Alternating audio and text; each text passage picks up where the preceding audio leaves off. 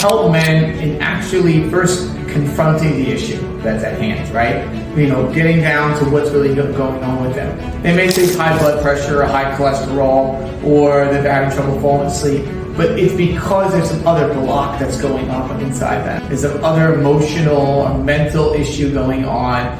It has something to do with how they see themselves. So low self-esteem, are having trouble just getting up out of bed, you know, losing the will to have to go on, and they just get resigned. And I find that when we get to the core issue, we get to the why that it is important to them, that's when we can start making a difference. So I focus on men's health because that is the one group of people that seem to neglect themselves the most.